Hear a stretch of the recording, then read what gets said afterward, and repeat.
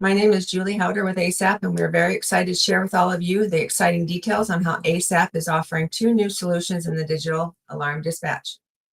If you have any questions during the presentation, please type them into the Q&A section or chat section, and we'll do our best to answer all these questions. However, if we are not able to get to all of them, we will send out a follow-up email to everyone after the webinar. We have also added a poll at the bottom of the page if you could take a moment and reply.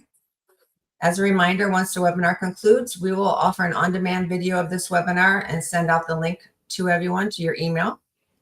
And at this time, I'd like to introduce you to Karen Carlson, our Vice President and General Manager of ASAP Service. Karen, the floor is all yours. Great. Good day, everybody. Thank you, Julie, for that intro. Happy to have all of you here today. As Julie mentioned, we're going to talk about the ASAP service and basically, what we've done to give you more options and more flexibility with ASAP. As Julie stated, I'm the VP and General Manager of ASAP service. I've been in leadership roles in public safety and technology implementation for more than 30 years, specializing in critical automated systems to enhance telecommunicator and emergency response efficiency. That's what makes me so excited about working with ASAP and all of you, is that this service platform, the ASAP service platform, is truly game changing for what it can do for your efficiency. And as we're going to talk in a bit about wellness of your staff. Aligning cross-functional operations and development teams is really what I've been focused on to help drive those process improvements and those efficiencies, to deliver improvements to public safety nationwide. So my leadership roles in public safety, communications, and operations, combined with, what I've been doing for the last, it feels like so many years in the industry, really fuel my passion and commitment to this. So let's jump in. We're going to talk about ASAP specifically. So before I jump into more details, think about this line here for a second. Imagine the outcome of getting there 2 minutes earlier every time. What would that mean to not only your staff, but the citizens, right? Getting there earlier, 2 minutes earlier every time. So as you're thinking about that, we're going to talk about the challenges that you all live and breathe every single day, right? The other challenges faced by the ECCs. Julie, if you can flip to the next slide, please. The things that your staff has been dealing with for many years, right? These stats go back many, many years.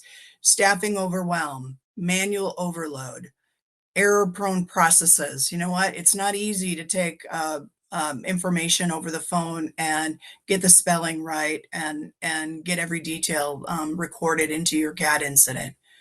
You're limited on resources and you have cost constraints, right? There's no new news here about cost constraints and budget cuts over the years. Some specific details about the statistics in your space: 77% of ECCs are below authorized staffing levels. Of those that are understaffed, that average is 32%. And 25 to 44% of your staff is experiencing PTSD. Those are just some statistics that are floating out there, which is the reason that we need to double down on what ASAP can do for your staff and improve their workflow and improve the overwhelm that's happening in your centers. We've got many ECCs that are live with ASAP today, and the statistic that you just saw, or the testimonial that you just saw on the screen, is that they're saving an average of 20 hours per month on phone calls. So 20 hours less phone calls in your center, less ringing, less having to handle it, things like that. That statistic came straight from Broome County, New York. We have other counties who've said that their statistics show that it's been a minimum of 8 minutes per alarm. It's been 30, 40 hours per month. So depending upon the size of your center and how many alarms are in your area, you could be saving this kind of volume in your center. Next, we're going to look at basically what does it look like today, right? In your centers today, that orange box is really where the manual dispatch comes in, and the cost that is involved, not only dollar wise and human resource wise. So most alarm monitoring centers are using your 10-digit administrative line to verbally transmit alarms to you or to your staff. Just think about that for a second. 10-digit phone lines, how quick do you usually get to those 10-digit administrative lines in your center, right? If 911 is ringing off the hook, the 911 lines are going to be answered first. So alarms, whether they're just initial response or they've already been verified for real emergencies, sit and wait in that ringing queue on the admin lines. It's prone to error, like I talked about earlier, that you're transcribing information that's verbally given to you. And there's a lot of redundancy in the data and the information that you're getting. Sometimes alarms are anywhere from one phone call to report it to you, but typically it's 2 to 5 phone calls in order for you to get all the information that you need and relay information back and forth. So this not only is prone to error, but it's also slow. It's also time consuming. And also, most of your monitoring centers, when they're receiving an alarm, they also have a video. They could have photos. They could have audio files. They could also have PDFs, which include evacuation information, building pre-plans, things like that. So that's all information that can't be relayed over a phone call. So when you're going to that next step, that's information that you don't have. That, guess what? That if you don't have that rich data, it means they're calling someone saying, hey, what information do you have in the video? What information did you hear? Did you hear anything in the audio file? Do you have a PDF? What is the evacuation information, right? I think you get the picture. It's a lot of back and forth. It's a lot of voice communication that is being transmitted verbally in alarms today. So that's what it looks like today.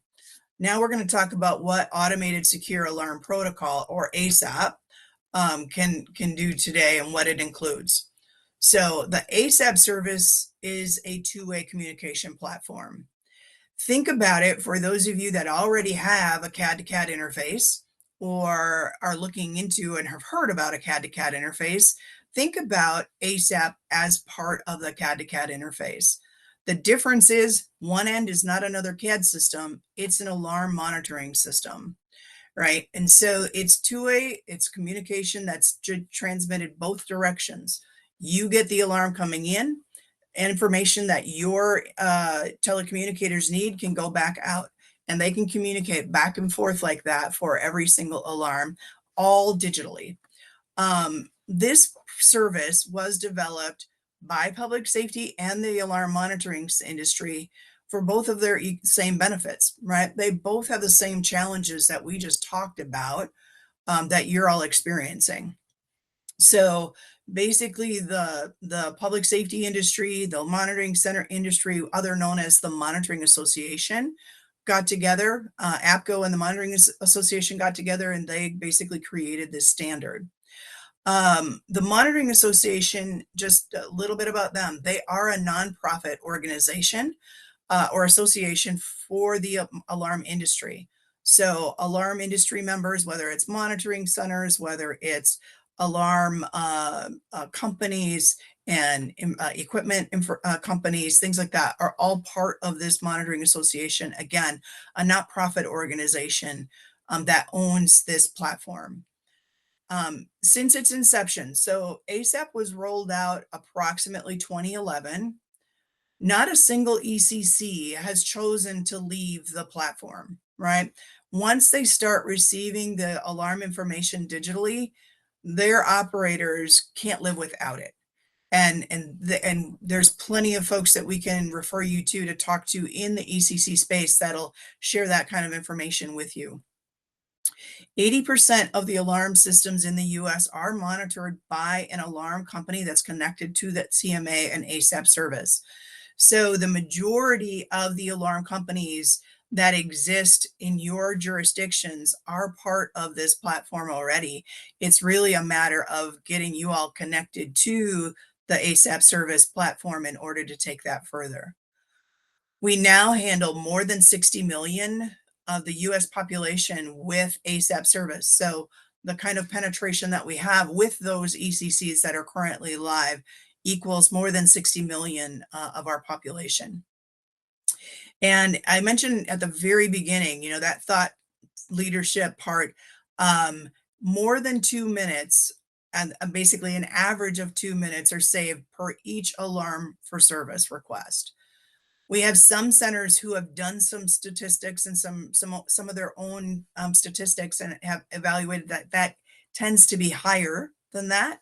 We had one ECC that said it's more like 8 minutes in their center as they put this together. But definitely an average of 2 minutes, which is why I said, what would you do with 2 more minutes, right? What would you do with 2 more minutes in your center and for your responders and your citizens? So the next slide we're going to look at is this is what it looks like with ASAP in place. Sorry, with ASAP in place. So remember the big orange box? The big orange box is now gone. So what existed in that orange box was all of those phone calls and all of that translation of information from one voice to another voice.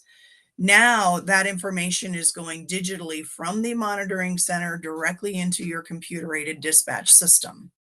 Okay, so it's like just like a CAD-to-CAD interface. Remember that information is transmitted over and your computer-aided dispatch system will auto-create an incident for that alarm to be dispatched.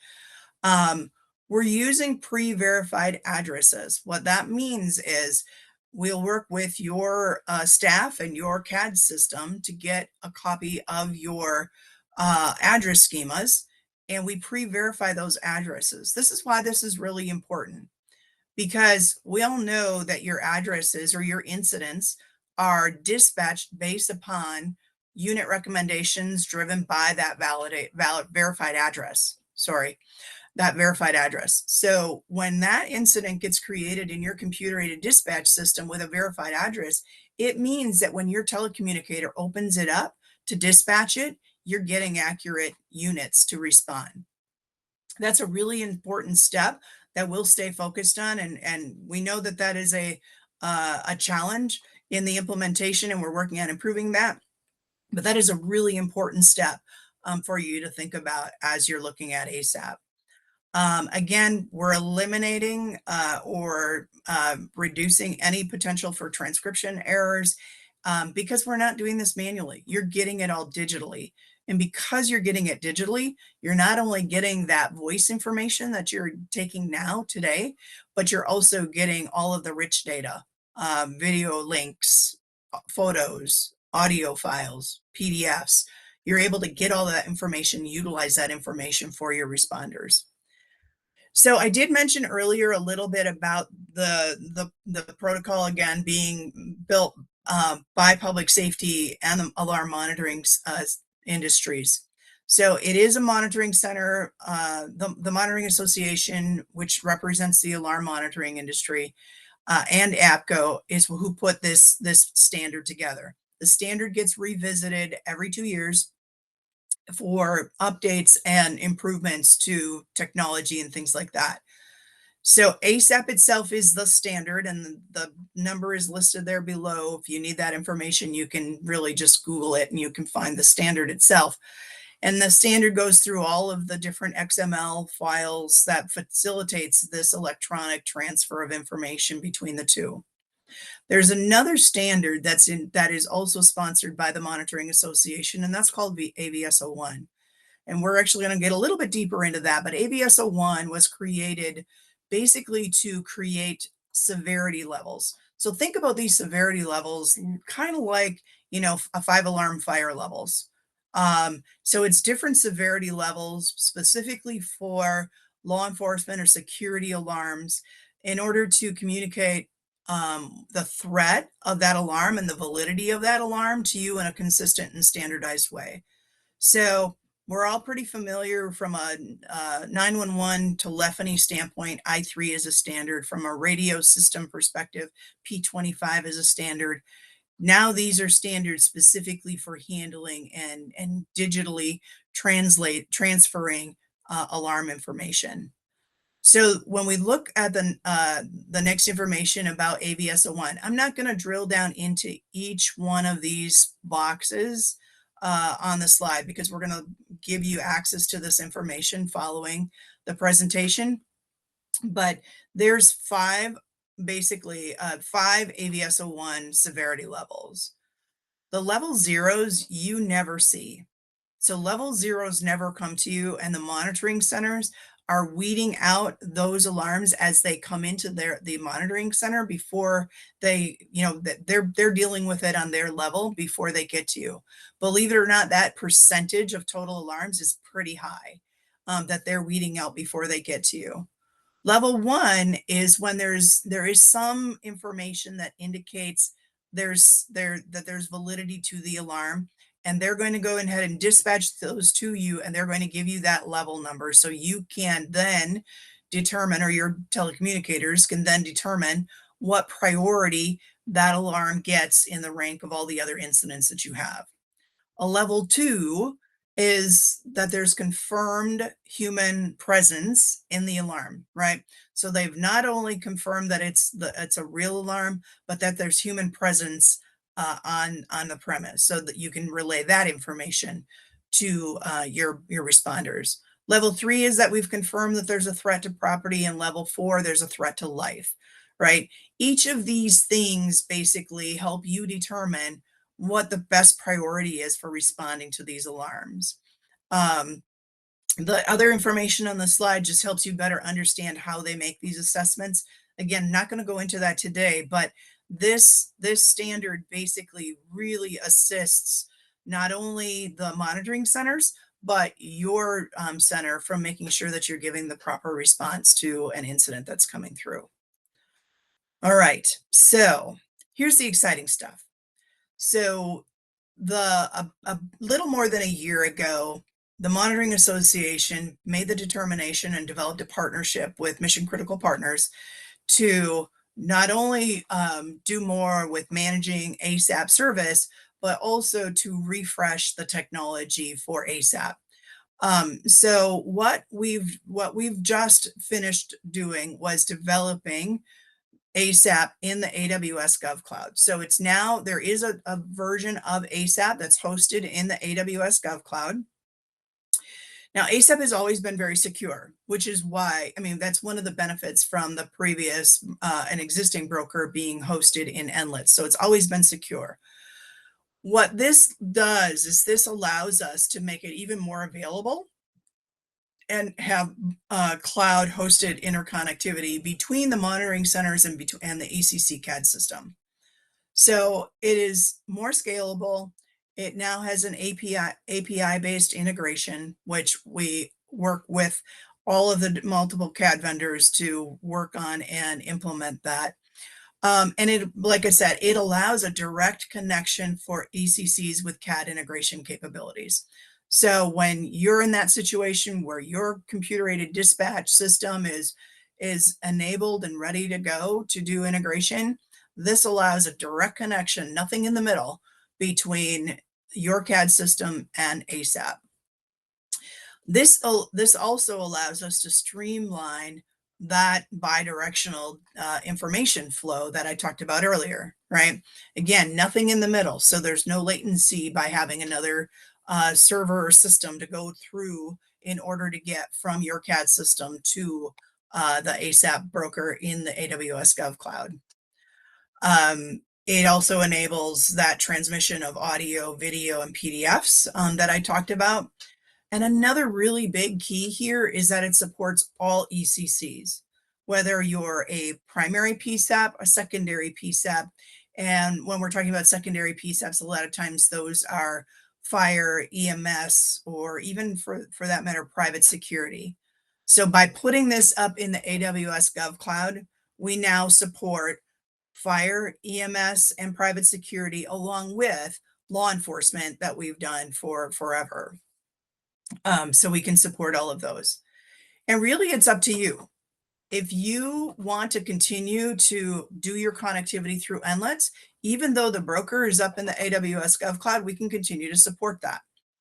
It's your choice for connectivity. And that's a conversation that I encourage us to have together with your computer-aided dispatch vendor to decide what's the best approach for connectivity for you. So why did we do that? Why did we go into GovCloud? Some of these things I think I probably hit already, but just to kind of emphasize them, it really gives us that advantage, enhanced security, reliability, and scalability. Not only scalability from the ability of the broker to, I'll call it expand and contract as volume requires it, but it also enables us to accelerate the deployment. With not having anything in the middle that we have to configure to or have an additional point of development that's required, we've now been able to, project 3 to 4 month integration life cycles for CAD integrated ECC deployments. As you all know that, there's not only historically, well, I shouldn't say y'all know, because some of you may not, but historically, we've had to not only depend on the CAD vendor to develop ASAP to go to the state switch, but the state switch also had development work as well. So some of that development work now, because it's one standard API that can be deployed throughout the country and is not unique from one state to state or one ECC to the next ECC, it has significantly reduced that deployment life cycle. Additionally, that flexible API integration is key for another reason for us to go to the GovCloud. It allows your CAD vendors to not only have a standardized approach, but a faster and more configurable implementation that can get them up and running faster once that API connection is developed. So that's one. You may remember going back to in what Julie said in the beginning is there was 2 exciting new deployments for ASAP. The other is what we call ASAP View. So there are likely some of you out there that might be going through some changes with your computer-aided dispatch system or vendor. And you might not be quite ready to, with staffing, to not only take on that CAD integration, but also to do the address verification. So for this reason, we've developed a web-based alternative to the CAD integrated ASAP. The reason for that, like I mentioned, you might be an agency that might be going through some change. You might be lacking infrastructure to support the CAD integration. Or you might also be looking just for a faster time to get the digital dispatch. So if you are in the process of planning out your CAD integration, maybe you want to do get that alarm information digitally sooner than the CAD integration can be completed. So we can roll out what we're calling ASAP View, this web-based this web-based portal for you to get digital dispatches of alarm and reduce all of those phone calls in your center in advance of having the CAD integration fully implemented and tested. When we're looking at ASAP View, it truly is in as little as 4 weeks. So there's some configuration on our side, and then basically you're up and running. We just need to, basically get that configuration done, and you can start receiving those alarms digitally. ASAP View, once your CAD integration, can also be your backup to your CAD integration. So again, going back to this view, no pun intended, this diagram of ASAP workflow, again, no more orange box. With ASAP View, the orange box is now replaced with a portal that you basically get that digital alarm information, still secure, still and web-based. And basically the telecommunicator can either enter the information from that portal by retyping it, or if your CAD vendor and your IT department will allow you to put that on the same computer as your CAD, they can copy and paste the information directly into your CAD incident record. Basically, again, really simplifying the deployment. This is something that has been very well received by the market. We've been showing people ASAP View already and how it would work, and definitely getting a lot of interest on this so far. So if this is something you want to move forward with, let's have that conversation and we can show you how that would work for you.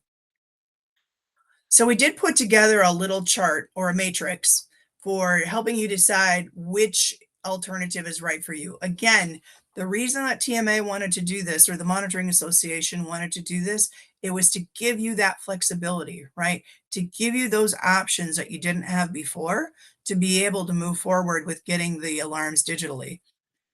CAD integrated, we will say that, that's kind of the gold standard, right? That is still the best approach to automate and make the workflow better in your ECCs. So the delivery mechanism for CAD integrated ASAP is basically that CAD to CAD interface, that integration basically with your computer aided dispatch system. What we now offer with that is ASAP is now connected to your ECC via Endlets. So we can continue to offer that connection, or with a direct API, both of them being facilitated by this new development and this new launch in the AWS GovCloud. Implementation timeline with either of those for CAD integrated is 3 to 4 months. And implementation cost is a one-time fee for the ASAP implementation. So the CAD integration, that's still something that we would want to talk with your CAD vendor about. We'd want to talk to them about how they can proceed with it, and then you would get any initial pricing for them to implement it that one time, and then what any ongoing fees that they might have to maintain it. But purely from an ASAP perspective, it's a one-time fee, and you don't see a fee again from ASAP or from the Monitoring Association. And CAD integrated does require a level of address verification. Okay. The reason for that, again, is you want this because you want to get that alarm information into your system so that they can open that incident and know with confidence that they're dispatching the right units to respond to that incident. So you're getting the right responders right off the bat, reducing any delays from misrouting resources and things like that. Then let's jump over to ASAP View. So here's a quick summary of ASAP View. It's secure and it's a web-based solution. Again, facilitated by ASAP Service being hosted in the Amazon Web Services. Implementation time is 2 to 4 weeks. And the reason for that is there's no, implementation of a CAD interface. And there's no address verification for that. So the reason that we're dropped down to 2 to 4 weeks is for those two things.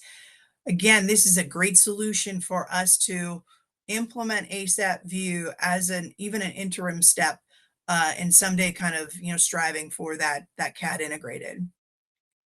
Implementation cost is exactly the same as what I stated for CAD integrated. It's a one-time fee. It's a significantly less one-time fee than CAD integrated because we don't have the address verification tasks that we go through with CAD integrated. But there is just a one-time fee and it's never again. So, and then lastly, I've kind of hit this already, but no address verification is required. Before I move on, I've got a quick question that was just posted. I'm going to reread this for everyone. We live in an area that is rapidly growing.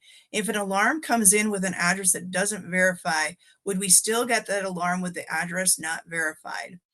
John, the answer to that is no.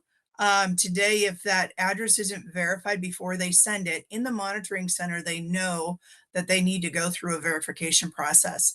Now, one of the things that I will say is that the monitoring centers have very good, I'll call it processes in place that as they have new addresses, they can look, when they get a client in a new area, they know that when they enter it into their system, and then they're continuously doing re-verifications of addresses. So they usually are pretty good about being progressive. I should say proactive is a better word, to verify those addresses. But if they get a kickback, then for sure they will then verify that address before they might get another alarm in that area. Then the next time that they have alarm there, that one will then go across the platform with ASAP. If that doesn't completely answer your question, let me know, and we're going to keep going on.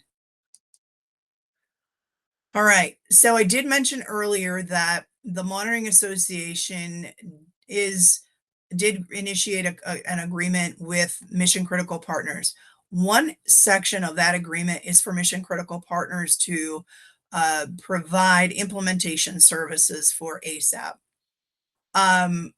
The combination of what we're doing in the AWS GovCloud and that new version of the platform that we launched, along with our Mission Critical Partners having dedicated staff, is allowing us to launch ASAP service faster for the ECCs and, to be quite honest, for monitoring centers as well. We are taking, like they have in the past, right? It's always been a concierge guided deployment. We have dedicated staff now, full-time staff members, that this is what they do. And they are trained not only in the technical implementation, but also in the project management and managing all of the details of your deployment. It being in the new broker does reduce complexity, and also, like I said, improves the speed of the rollouts. We now can be live with CAD integrated in 3 to 4 months. Even without being in the AWS broker, we've experienced some of these expedited implementation times. We are delivering quotes for the ASAP implementation services in under 3 days. So we have a team that's dedicated to getting you the information you need to move it forward, whether that's for immediate or for the next fiscal year budget planning, or if you've got funds that you can expend now and get this moving faster. We have dedicated staff to do not only implementations, but also to support the platform. So support for both the ASAP in NLETS and ASAP in AWS GovCloud are now supported by this same team, and have basically implemented new processes for you to call in issues that you have, get information. Let's say your CAD's going to be down for maintenance, reporting those kind of things, and getting that out to everyone. And just, really, like I said, training them and getting them, I'll call it like second nature on expert guidance, is what we've really focused on, and enabled us to get faster kickoffs, faster implementations of ASAP. I'm going to take a quick pause again. There is a comment here from Melanie. Hey, Melanie, how are you? You've had ASAP for many years, and yes, you have. Getting the addresses lined up with the alarm company is a lot of work, but well worth it. They now have 12 alarm companies on board, and you love it. And thank you for that, Melanie. Awesome. And you only have 12. We got to work on that for you. So there's 34 alarm companies total that are, and perfect segue, 34 alarm companies total that are participating in ASAP. Not all of them are going to be in all of your jurisdictions. So one of the things that we do is we seek out who are the alarm monitoring centers in your jurisdictions, and then we get them on board with your implementations. Some of them, like in the case of Melanie, they've been on board for many years with ASAP. Some monitoring centers came on after Melanie was live. So we go back to them and we say, do you have addresses in her jurisdiction? And then we initiate what we call a re-engagement plan with them. On the current slide, we have a list of just a few of those 34 monitoring centers that are partners and key drivers for where ASAP is and how it's been growing. On the right-hand side of the screen is also CAD vendors that we've engaged with, been talking with, and are definitely supporting, and some in many different ways, very strong supporters of ASAP and including it in their systems as they move forward. All of the ones that are on the screen, we have regular conversations with and are very well versed in. There's a couple more that might be in your jurisdiction that we communicate with on a regular basis. If you're in the East Coast and mid part of the US, I mean, Southern Software is another one that I work with a lot. Motorola Solutions has really been a development partner for us to help finalize and standardize on the API. I have a lot of conversation with Hexagon in the same way, Mark 43, Tyler, Central Square, all at different levels, but all very supportive of ASAP. And by them supporting it means that they're supporting more efficiency for you all. So you might be saying to yourself, what do I have to do? Right? What are my requirements that I need to do? So the top one is one that we want to get you engaged with pretty quickly, and that is that conversation with your CAD vendor. Talking to them about what their costs are, how they can implement it with whatever your preference is, whether it's through Endlets or through a direct API, and let's get that conversation going. We usually need and want your help to engage with you on that conversation, even though I'm meeting with all of the CAD vendors directly right now to kind of get them ramped up to enable those direct connections. We want to work with you to communicate with your CAD vendors and ask for the ECCs basically to drive that. There's this little old thing called budget. We know that can be a very difficult thing to manage and what do I want to say? Yeah, we'll just go with manage, right? Budget cuts are common, but we do need to make sure that you're be able to absorb in your budget not only the CAD integration and those costs, but also the MCP implementation services. One's usually higher than the other, but that comprehensive package for budget is something that we work with you on. If you need to plan ahead, we can get you a budget quote, and we can work with you again back to that CAD vendor to get that budget quote. Back to Melanie's point, address data. So getting the address data is super, super important for us to start working on as quickly as we can. A little tip is that the majority of the revision work is on the alarm monitoring center side of the house. But we work with you to get that data from you, get that standardized into a template for the monitoring centers to make some adjustments. We, MCP, have been working on a lot of, I'll call it process improvement and tool improvements to improve the address verification process. And we are also launching a proof of concept with some CAD vendors in order to improve and shorten that life cycle as well. So everything that we're bringing together there hopefully will really continue to, next year or maybe even hopefully 6 months from now, we have a conversation or a webinar just on what we're going to be able to improve on that. Staff allocation, it's not a lot, but we do need some staff time for training, testing, and a little bit on that address verification side of the house. And then obviously you just making sure that you're doing everything in accordance with your state, local regulatory requirements. So it's not, like I said, not a lot of work on your side, but just some things to keep in mind as you move forward. So I'm going to wrap up and take any additional questions that you might have. And maybe we can even take a look at a poll that we have out there. But I just want to do a quick summary on everything ASAP. As I broke up this webinar into a couple parts. The first part was educating those folks that haven't really learned about ASAP before, or it's been a while since you've kind of heard what ASAP is and what it's all about, and what we're doing for it. In summary, ASAP is the industry-leading digital alarm service. When I say that, it is built by public safety and the alarm industry to make this the most robust platform to deliver digital alarms. When I look at there are other options to receiving alarms digitally. When we look at alarms delivered digitally to ECCs, it is a very, very high percentage of those digital delivered alarms that are sent across the ASAP platform and the ASAP service. Since ASAP was developed back in around the 2011 mark, and the first implementation was in 2011, not one ECC or PSAP has left the platform. It was built by both of these industries for their best outcomes.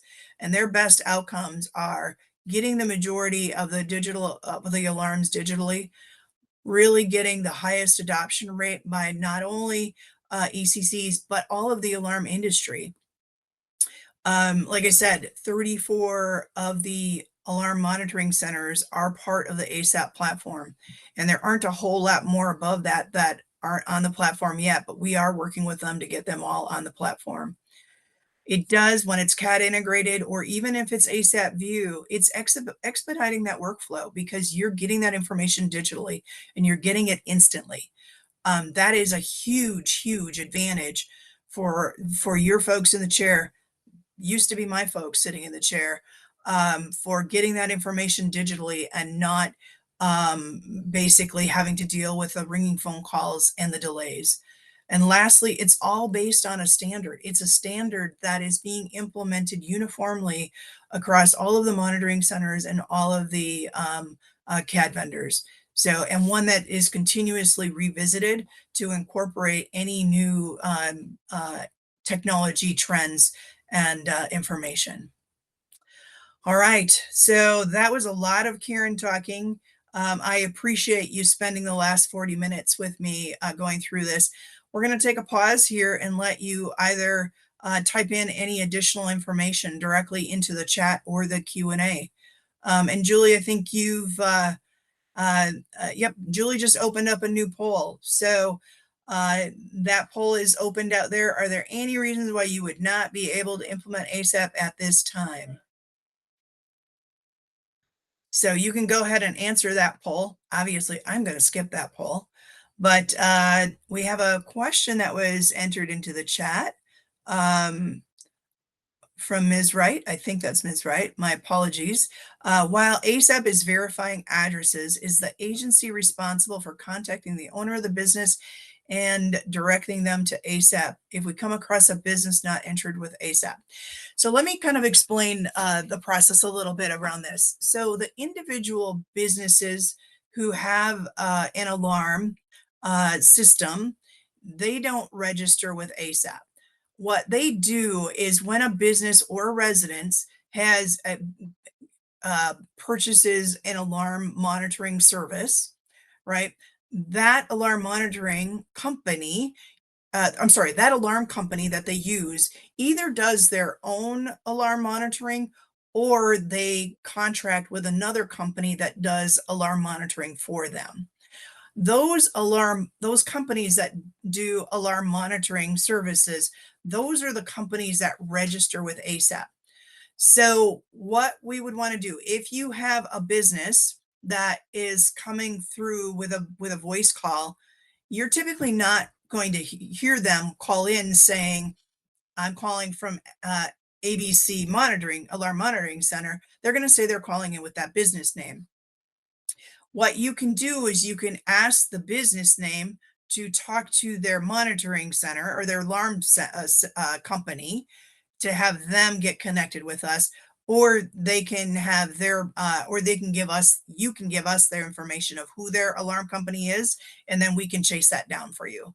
At the end of the day, 100%, we can make sure that we're getting them in the ASAP platform.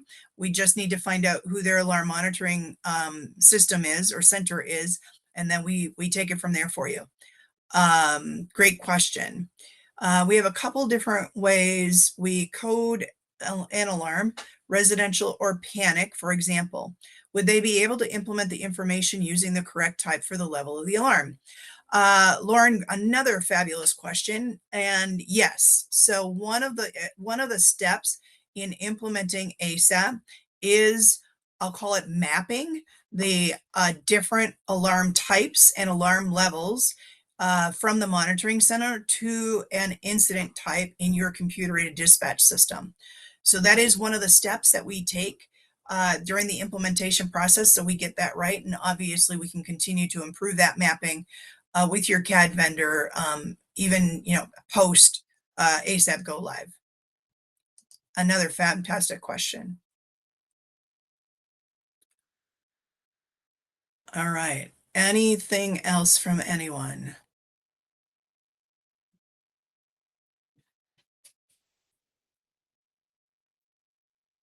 What should be our next steps to get this implemented? Oh, fantastic question, Chris.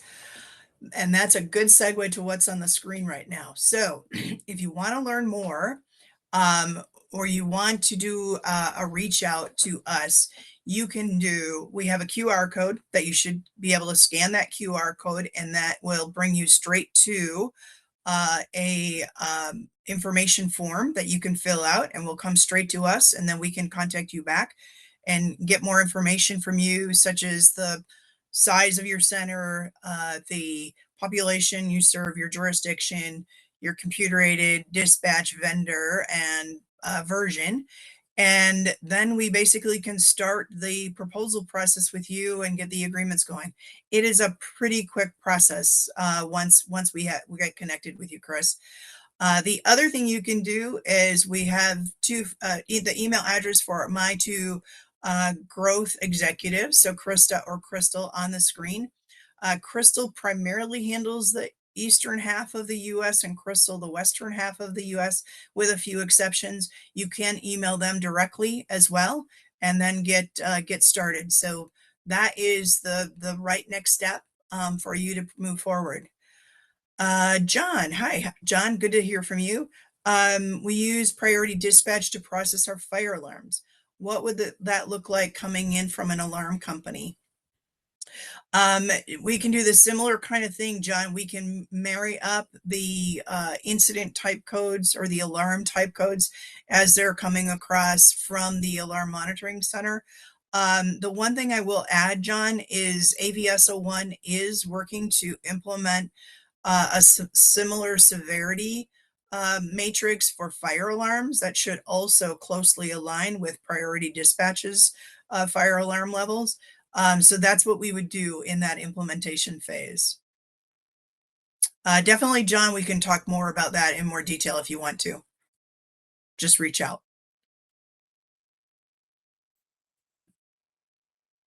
Great questions this morning. Thank you all. Jathia, we would dispatch police only.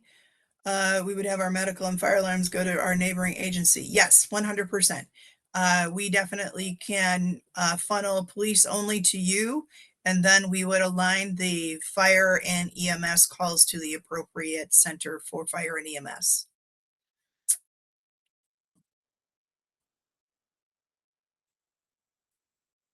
All right, keep them coming, guys. We've got 11 more minutes.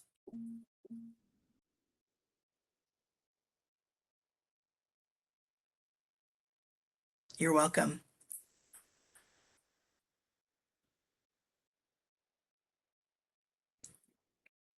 All right.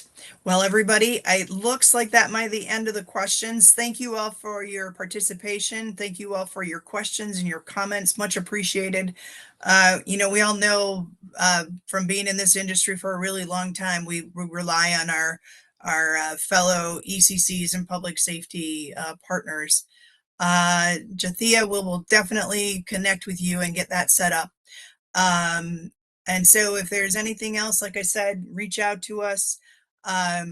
We will be doing more webinars as we move along. We're also going to be doing, we're encouraging statewide presentations as well. So you may hear from us again from state groups, whether it be a state 911 or APCO group. But we will definitely be around. So thank you all so much for your time today. Thanks for your participation. And yes, we will share not only the recording, but the presentation. Yes, that'll all be sent out here before the end of the day. All right. Thank you all very much. Have a great rest of the day. Goodbye, everyone.